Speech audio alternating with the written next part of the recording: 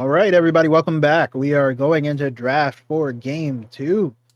We have the Callista band coming out from Spectre, probably going to be banned. If we get a third game, probably going to be banned that game too. We do have a Diana band coming out from WCU, and at least currently, not a lot of variation from last time. Um, we do get a Xin Zhao band from WCU. They uh, are aware, I guess you'd say, of the zoning potential that the Xin Zhao and the Crescent Guard provided.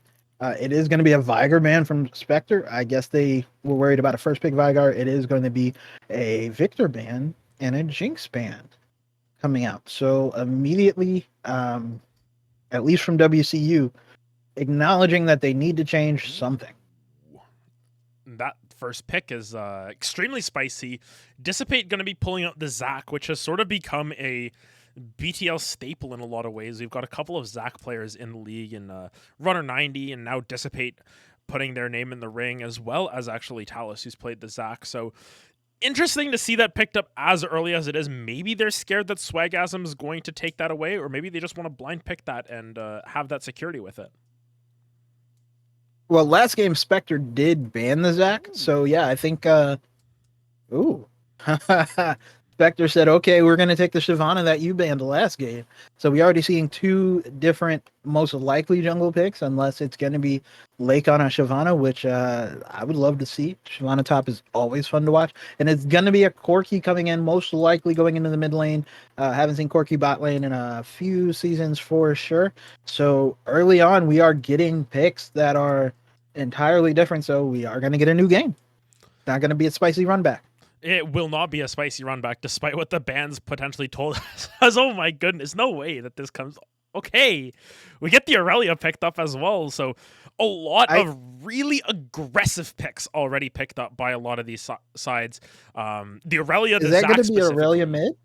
I assume an Aurelia mid because there's a Corki already picked, right? I would not be surprised into that, but the Shyvana will definitely bring a different angle to this game because she's actually received a lot of love from the community recently in terms of how strong she is. I know Malice has been playing a lot of it in Champions Queue as well. So Shyvana is a rather strong jungler right now. Curious to see how it matches up into the Zac, and very curious to see how this Aurelia matches up into the Corki. Yeah, and we do get a Shin pick as well. Shin flexible into support or into top lane. Shin support has actually been really strong in various settings, and it's again going to be the Xayah for Hyper F. So that is indeed a Corki mid lane, and a lot of damage coming out from Spectre. Again, especially if we go to late like last game, that Corki build. I don't know if he's going to go the prominent build that we've seen with the tier into the Ludens into the Tiamat and into the Ravenous Hydra. But once you get those three items, those rockets hurt. But we do get the bans coming in, and WCU bans out the Janna. Again, targeting all of that disengage that Spectre did so well. Spectre does ban out the Nautilus as well. Did not appreciate Ahata continually hooking the mid laner. It's going to be a Caitlyn band coming in for Spectre. And the last ban for the WCU Rams is going to be, drumroll please.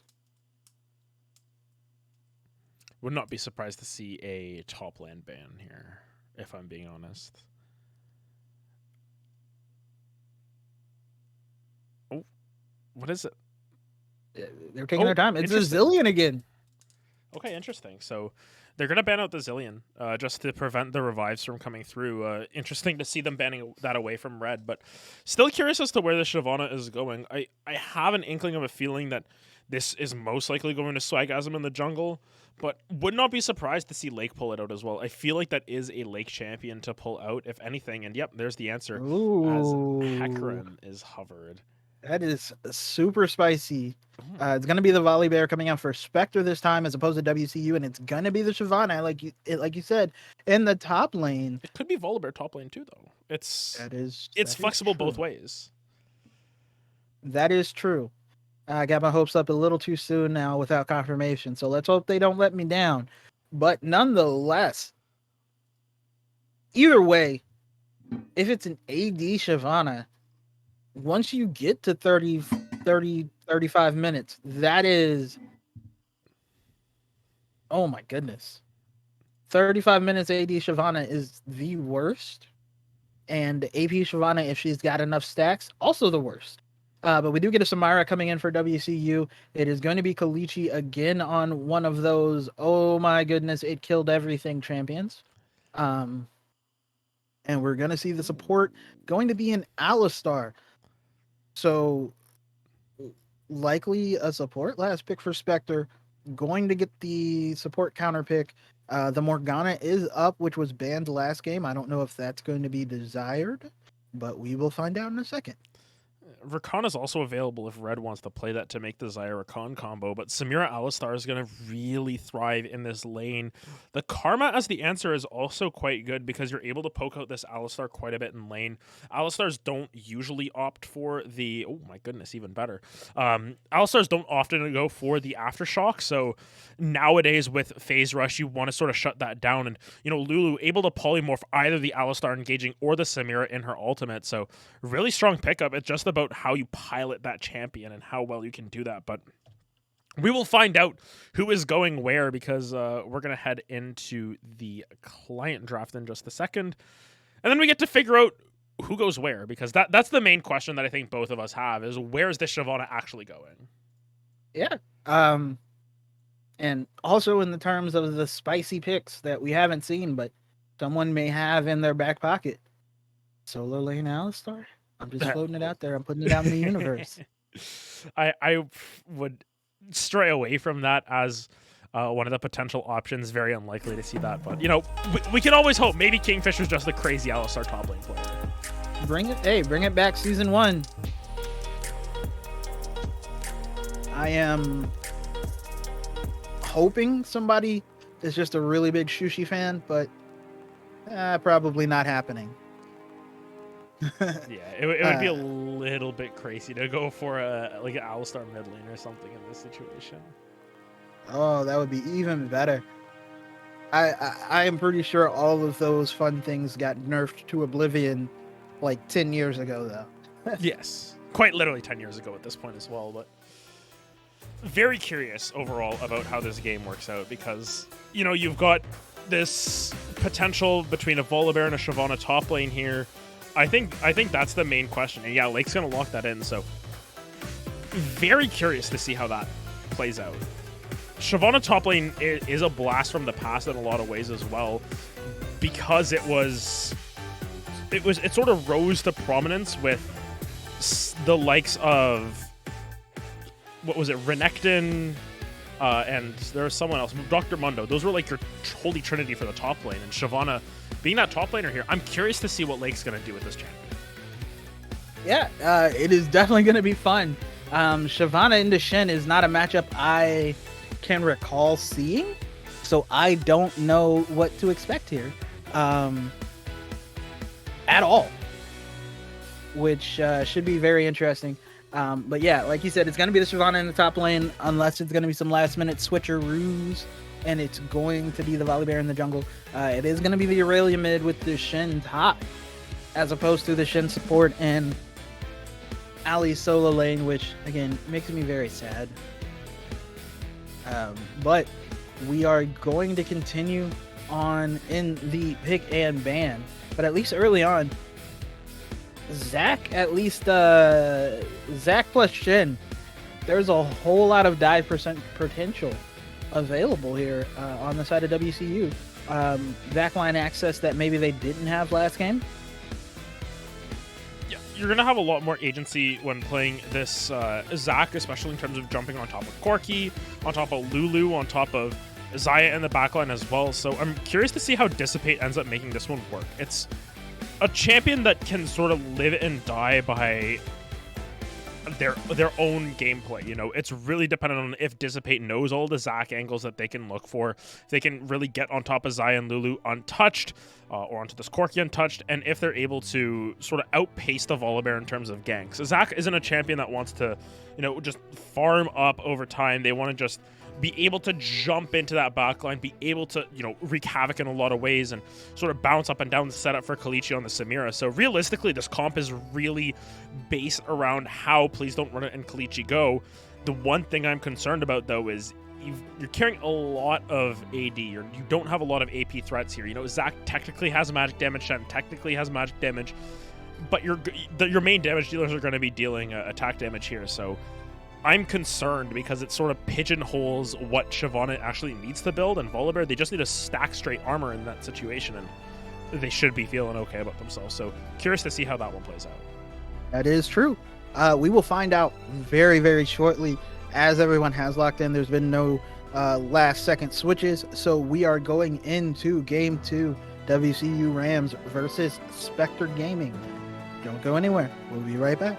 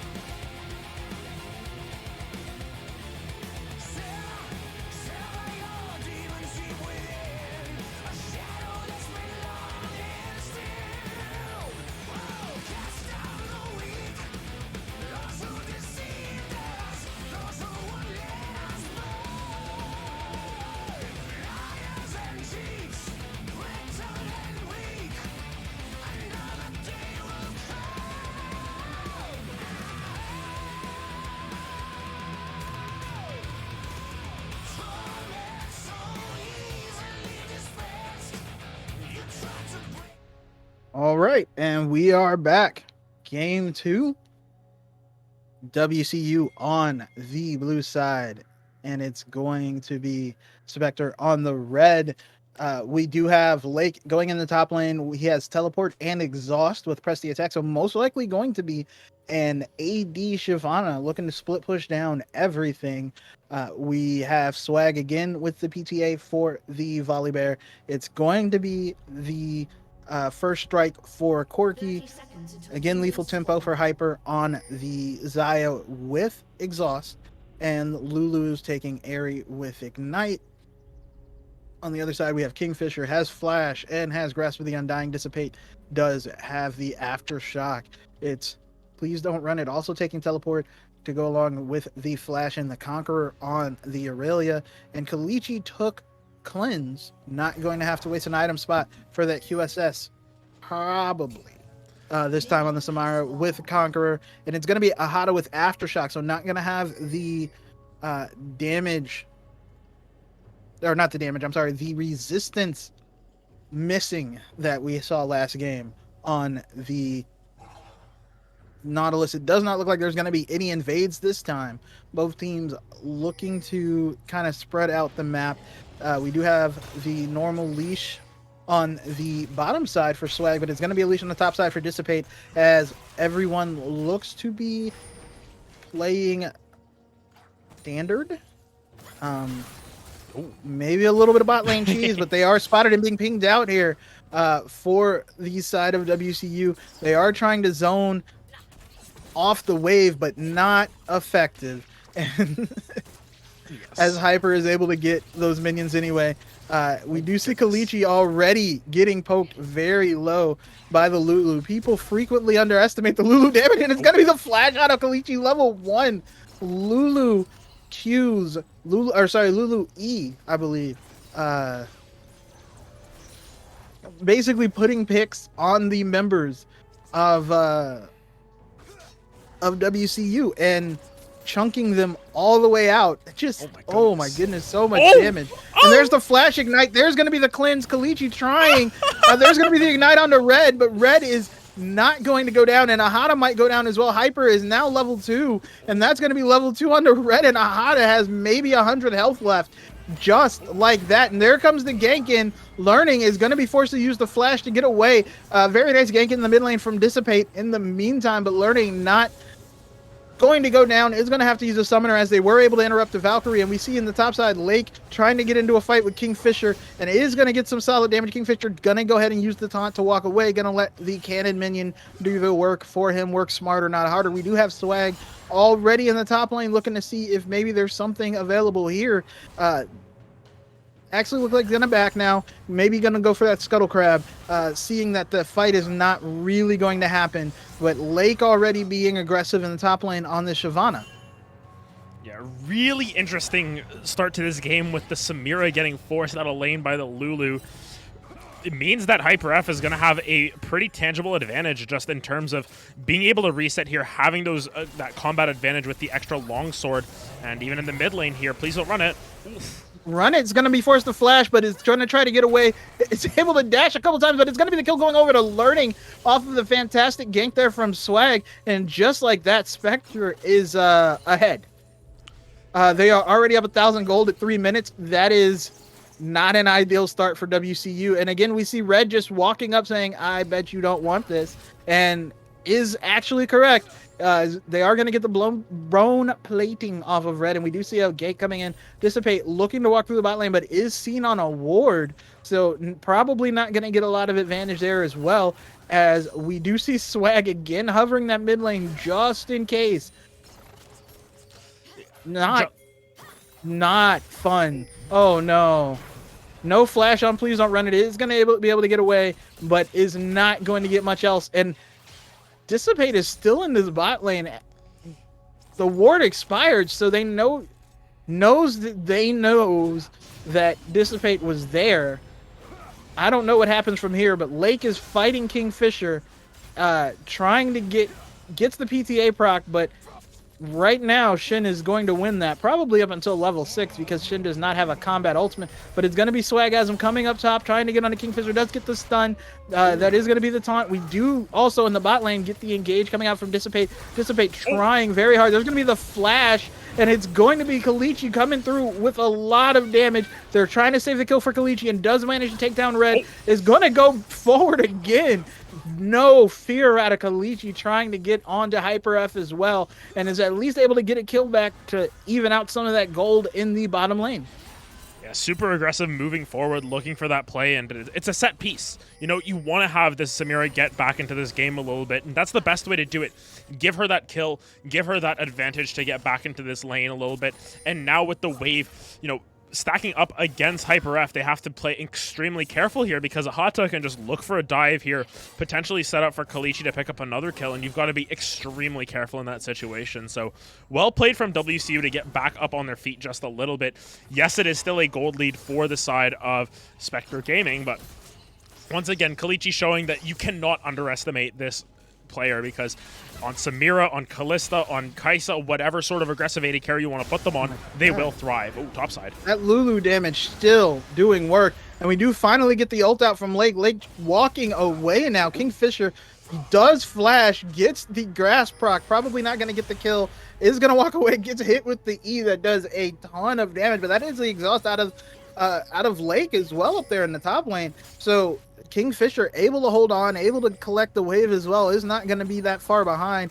Already has the Bomby Cinder. We see the Bomby Cinder also from Lake. Lake going to be able to walk it out. The wave is in a very advantageous state. We see Please Don't Run It trying to get some damage on the Learning. Learning mostly safe. We do get the Hex Flash on the Hyper. Hyper trying to stay alive. Callista, or not Callista, excuse me, Kalichi, though, not able to get in. And that's going to be another kill for Hyper F. And just like that, the trade back is not good. Yeah, it's a little bit of a rough situation there, but it's more summoners being burned on this bottom lane as Learning able to get out alive there. But it's always this Hyper F red bot lane has just been able to turn like an okay situation into a better situation for themselves. And you know, up on this top side, we're waiting to see what Lake's going to do on this Shyvana. A lot of why Shyvana top fell out of favor is because of her new passive, which gives her stats based on dragons. But if her team's going to collect the dragon for her, she's perfectly fine with that. She still gets the extra 5 armor and magic resist. She's going to feel fine about that as she looks to be building towards the ice or the frostfire gauntlet. Yeah, getting a lot of damage on the Kingfisher in the meantime as well. Able to force out the taunt. Going to be able to collect the wave very safely there. Not worried about getting dove as a Callista or as a Shyvana with the ultimate, and that's going to be the Noon Quiver coming in for Xayah. Already is actually not significantly ahead of the Samira. Is going to come back with a pickaxe as well. Samira already has the Vamp Scepter, so they're both going to be relatively even in this matchup. The advantage being on the supports, not on the ADCs. Yes, and especially since you've got a lot of this gold just concentrated onto the members, as you mentioned, it sort of brings a different angle, especially when you're looking at Red, who's going to be building towards those Enchantress items there. If they get that gold earlier, it means you get maybe an earlier Shirelia's or you get an earlier Moonstone, whatever. It can actually mean quite a bit in regard to how this lane plays out, because a lot of what HyperF's doing is just going to be farming up for the as this lane goes on, but Red getting those items just means that HyperF can do so much more. Oh my. And they're trying to go on to Kalichi there. Kalichi already has to use, oh my goodness, goes down. Hyper does get the feathers called back through Kalichi, gets the free kill. It's going to be Red down. They're trying to hunt down Ahata, and that's going to be a double kill for Hyper. Yeah, oh no. Does not feel good to fall behind on Samira, and you already had the level disadvantage, and now the gold is going to continue to not be on your side, and it's going to be a plate, if not two, there for the bot lane of Spectre. They are rolling. It looks like there's going to be a big collapse attempted. They still have the wild growth. That is going to be the ultimate coming out from Kingfisher as well, the Stand United. They are piling on the Hyper F, trying to get away. HyperF is going to go down. It's going to be Kingfisher gets the kill. So that's 1 kill going over to Please Don't Run It and a shutdown going on to Kingfisher. In the meantime, Learning is able to get some plates as well. So yeah, good job coming back, but items lost, and on top of which now we see the Rift Herald being dropped top lane, it looks like, as Swag was able to take the Rift Herald in the meantime. Maybe not dropping it? Or they're waiting for a wave? They're just waiting for the wave so that they can get more tower plates. But yeah, overall, just really strong play across the map from Spectre to sort of answer on the opposite side. Yes, you're able to get the kills back onto the bot lane, but it's still going to be a 3-1-1 Xayah as HyperF is just far and away starting to run over this game. You know, you're going to effectively get 4 plates on this top side. Lake has the agency now to just walk up to that tower with a strong wave, or if you get a tough reset from Kingfisher, you're able to get that tower as well for yourself. So Red just going to be laughing on that bottom side of the map. Flashing Master, doing everything. That is the one of the top 3 most annoying laughing emotes, but we do see the Manamoon coming out in the meantime for Learning, able to basically just farm for free. Red now fighting Ahada. Ahada does have the Aftershock proc, but is not going to be able to do much but just get poked out by the Lulu.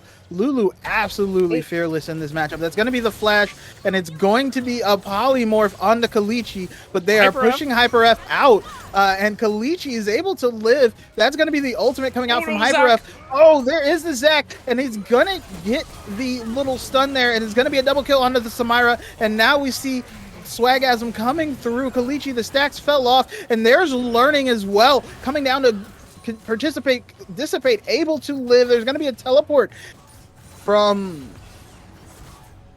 A teleport was attempted, maybe from Lake? Did you see the teleport thing too? No one teleported, just everyone walked down. Oh, I thought I saw a teleport starting on that ward, but maybe I was just hallucinating. Who knows? But Dissipate may be caught out here, does still have passive, is not going to die, and is going to be able to regen eventually. Ahada now in a rough place, but they look like they're trying to set up for Red, and that's going to be the ultimate on the Red. Red is going to use the Wild Growth, but it's not going to matter as there's going to be more kills coming through as Kalichi gets a 3rd kill. Swagasm's on the backside, but it's going to be Learning going down as Please Don't Run It is able to land the stun as well, and now Swagasm is stuck. He 1v4, and that's going to be Dissipate just jumps on him, gets the kill with just the Q plus the Bomby Cinder, and just like that, there's a whole lot of plays going on to Kalichi, and a huge turn in the bot lane. Yeah, a really interesting play coming through from Spectre Gaming. They just sort of walk each of their members in one by one after Red goes a little bit too aggressive onto the Alistar to start that one off, and HyperF forced to use that ultimate. Everyone forced to use a whole bunch of like utility for no reason, and then they just sort of rinse and repeat. But Learning is going to use the package and probably definitely kill Ahada. In the meantime, on the top side, it's going to be Lake taking advantage of the Shin being bot side for so long, is going to be able to take that first tower. So at least there's a gold return, and they're going to get the dragon anyway. It's going to be the shield build that's going to come in for Samira. Going to have a little bit of an item advantage over HyperF, but Lake is going to be huge. I feel like, and Lake is farming jungle camps, yeah. Jungle camps, absolutely unafraid of whatever may come. It is stolen by Kingfisher, but now has to fight Lake. Lake still saving the ultimate. There's going to be the exhaust plus the. Oh no! Please Don't Run It now. Is here. Is going to Lake. miss. Oh, Kingfisher able to put up the Spirit Refuge just long enough to keep everyone alive, and that's going to be a kill going on to Please Don't Run It, who now also is big. Whoa. No pause on the gas pedal on the side of WCU. They said, hang on, I think we have an advantage, and they just kept running with it. It is going to be the Dragons, though, going over, and Lake is going to get those resistances from the Dragons, which is always nice, allowing yourself to set up possibly for an early soul, which will be... I can't tell what it is. It's the Hextech. It's the Hextech soul. It's the one that doesn't show an icon, yeah. It's been so many patches, they still haven't added in the icon for the Hextech Dragon. It's weird. Riot's just a small indie company. What do you expect? Yeah, exactly. But just like that, we have seen a 1,000 gold lead pretty much for most of the first 10 minutes, and now it's a 1,000 or a 500 gold lead in the other way for WCU. Lake, again, unafraid split pushing as long as they have vision of dissipate, which they do. Lake is going to bully this Shin at this point. Already has the Frostfire Gauntlet, is generally looking to assert pressure in that top lane, and is doing so. We do see the Blasting Wand probably going to go into a Demonic Embrace after this, just for the way that it interacts and takes the percent damage. Yeah, it could be Demonic Embrace, or could even be a Nashor's Tooth coming through from Lake, just to push these waves quicker. But you can see Kingfisher can't really do much about the Shyvana. It's a tough matchup if you don't really know what to expect, but mid lane... Yeah, Dissipate trying to get some damage onto Learning, able to get a little bit in return. Was under tower, was not really under significant threat. Please don't run it. Misses the flash ult and is now on the wrong side of everything. It is going to go down, and it's going to be a shutdown gold going over to the Corki. Corki already trying to scale up, is going to get 600 extra, 350 extra gold. I'm sorry. But it is going to also be the Rift Herald going over on the way of Spectre, who are now able to get out onto the map. We do have Hyper and Red moving into the mid lane, and it looks like they're just going to go ahead and drop the Rift Herald now. Learning, getting some nice damage onto Kalichi, able to take half of Kalichi's health there with that combo, and they're actually going to take this tower down without the Rift Herald, maybe able to use the Rift Herald later on the bot lane or even on one of the inner towers, which provides a little bit of extra gold. Really well played, just to be able to find the pick onto the Aurelia there and turn that into a release or a tower in the mid lane, as well as that Rift Herald. You're able to get more than what you bargained for, and they're able to claw that gold lead back. And once again, while WCU had a little bit of a gold lead, they just sort of squander it by a little bit of over passivity here. And curious to see how they want to break that trend for themselves to sort of find the aggressive plays, because as Samira, it's not only that you have to get ahead, you have to stay ahead, and you have to consistently find aggressive plays on the champion. And I think that with the setup that you've got with the Hata and Dissipate, you have a lot of agency to make those plays. It's just, will you actually do that? So curious to see what the next couple of fights come through. With Hextech Dragon spawning in 45 seconds, which is Soul Point for Spectre Gaming, I would expect a relatively big fight at that objective. Oh my goodness. Forces out the flash from Mahata with the damage from Red and Learning. We did see a teleport into the bot lane for Please Don't Run It. They're already looking to get started on it, but it's going to be Ahata using all of the tools there, and it's going to be the Stand United from Kingfisher right there. It's going to be... Oh, wow. Okay. Well, a very, very aggressive use of the Feather Storm there, trying to take down Ahata before the dragon comes up. Ahata is going to at least be forced to... is not going to back. Is just going to hang out. But is going to have to now back. Is not going to be able to get anything as far as vision here for this dragon, and it's going to be no vision on the side of WCU on this dragon. What's Spectre this? Looks like they want to start it, but Please Don't Run It is going to use the Hex Gate to go into the back line. Does not have any friends back here, and it's going to be an exhaust coming out from the Xayah early. There's going to be Corki with the package. Kalichi trying very hard to stay alive. Lake is here as well. Lake is not afraid. Going in, it looks like it's going to be Dissipate going down. Everyone's staying alive somehow, but it's going to be finally Kalichi going down as the Corki is able to get the kill. Please Don't Run It, able to get in the back line, and is now eating through. That's going to be Hyper F going down as well. Please Don't Run It, able to take down two. There's going to be a kill on the Swag, and it's going to be Red going down. It's going to be a triple kill and an ace.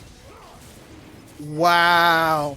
All of the tools used to dive onto Kalichi turn out to backfire, as it's going to be WCU taking this dragon and taking the fight, as Please Don't Run It having used the Hex Tape into the back line, able to matriculate back into the fight on the other side, gets a 3-person ultimate, traps them all inside the Vanguard's edge, and is able to go ahead and just start working on everybody. Really well played from Please Don't Run It to get what is a 4-man Vanguard's edge, I think. across the back end of that fight. Really difficult to escape from that if you're anyone, because, you know, HyperF used that ultimate early on into that fight. Swagasm used that ult to move forward. Lake used that ult to move forward. Red was really just zoned out from being able to shield and heal the main members of that team. So WC Rams able to find a fantastic fight for themselves, as well as that dragon.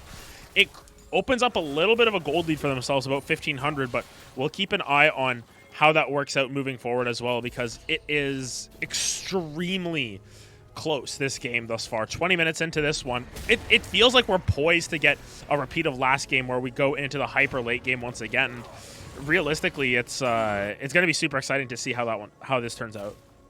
Yeah, Swagasm does have to use the Rift Herald, drops it mid. It was going to expire. Red is going to get a little bit of damage on Dissipate, delay the back as best as possible. But yeah, it looks like the Rift Herald is going to be killed before it even gets a charge off. Not a lot of pressure there in the mid lane. All of the fighting kept you from being able to get out in one of the lanes and use it if on the side of Spectre. And now we are seeing what actually should be an incredible side lane matchup with Please Don't Run It on the Aurelia and Lake on the Shyvana. I am very curious, and that was a demonic embrace that came through. Lake also coming back with the Bramble Vest as well. If I remember correctly, the demonic, because it applies with the burnout, and with it applies basically with every ability, if I remember correctly. It also procs off of Bramble Vest.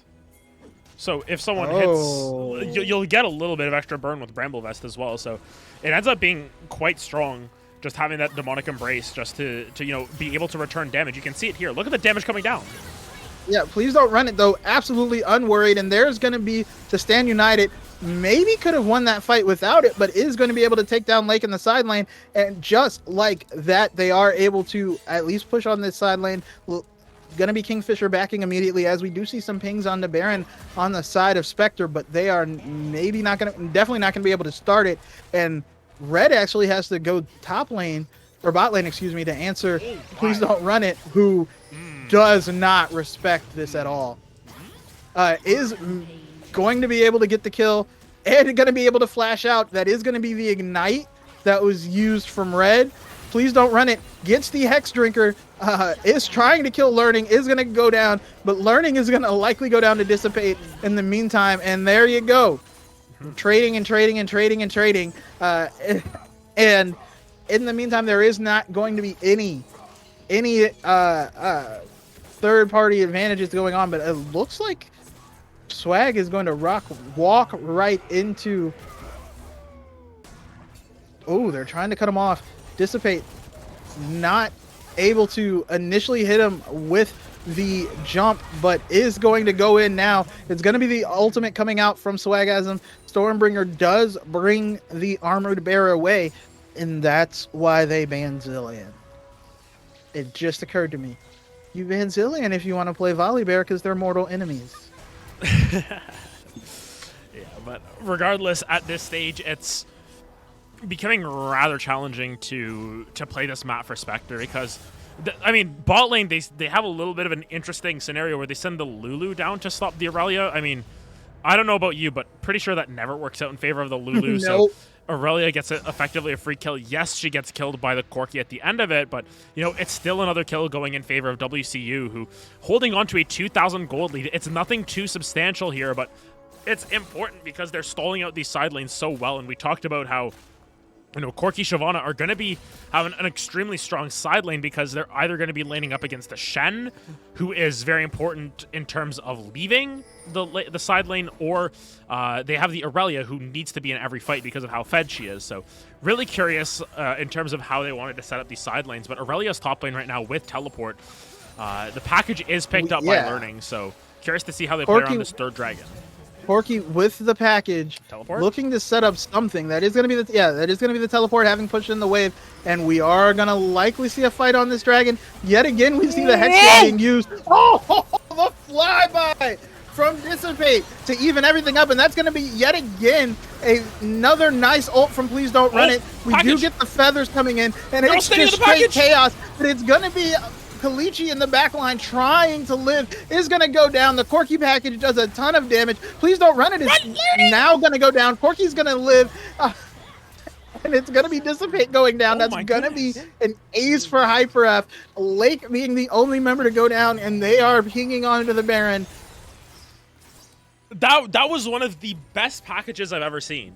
Just on top of everyone. I don't know if it's maybe the best package or just the worst placement from WCU to just stand on top of it, but they got wiped after picking up that dragon. A great steal coming through from Dissipate to just fly over the pit and get the smite down, but man, they just all stood on top of that package, and Corki just does boatloads of damage if you do so, and you know, you may have nerfed the cooldown on it, but man, that package still does damage. They were CC'd on it with the Feather Storm and the ult, or not the ult, the stun from Volibear. Like, they couldn't go anywhere. Just a fantastic play.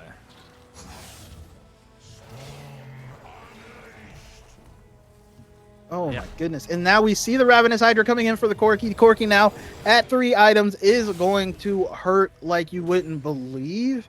That's with the Gore Drinker, the Hex, or sorry, the Maw of Malmortius from the Hex Drinker and the Blade of the Rune King coming in for Please Don't Run It. It's also going to be a problem in a side lane if not poked out. So this is going to be very, very interesting now to see how these lane assignments are going to go. And it's going to be Kalichi maybe caught out, not quite caught out, and it's going to force to stand united, which again you want to force it out. That's a minute and a half cooldown there for a big team fighting ultimate that you are able to stop from being available from WCU. And as you can see, Corki is able to, with these rockets, missiles, yeah, they're missiles now, they've upgraded, because he is taking out whole waves and chunks of damage. And you can see the vision game starting to come through as a little bit of an interesting situation where the top side of the map is very much controlled by the side of WCU Ram still, but you can see the split push going to start to go to work for Lake here. 3 completed items. It'll be incredibly difficult to take down Lake now in the side lane. You know, sending the Shen for them, not going to always work out because Lake should be able to win that 1v1, but really just indifferent to how that lane works out. We'll just end up pushing down towers over and over again. And with Baron minions, that's going to be even harder to defend against if you're the Shen.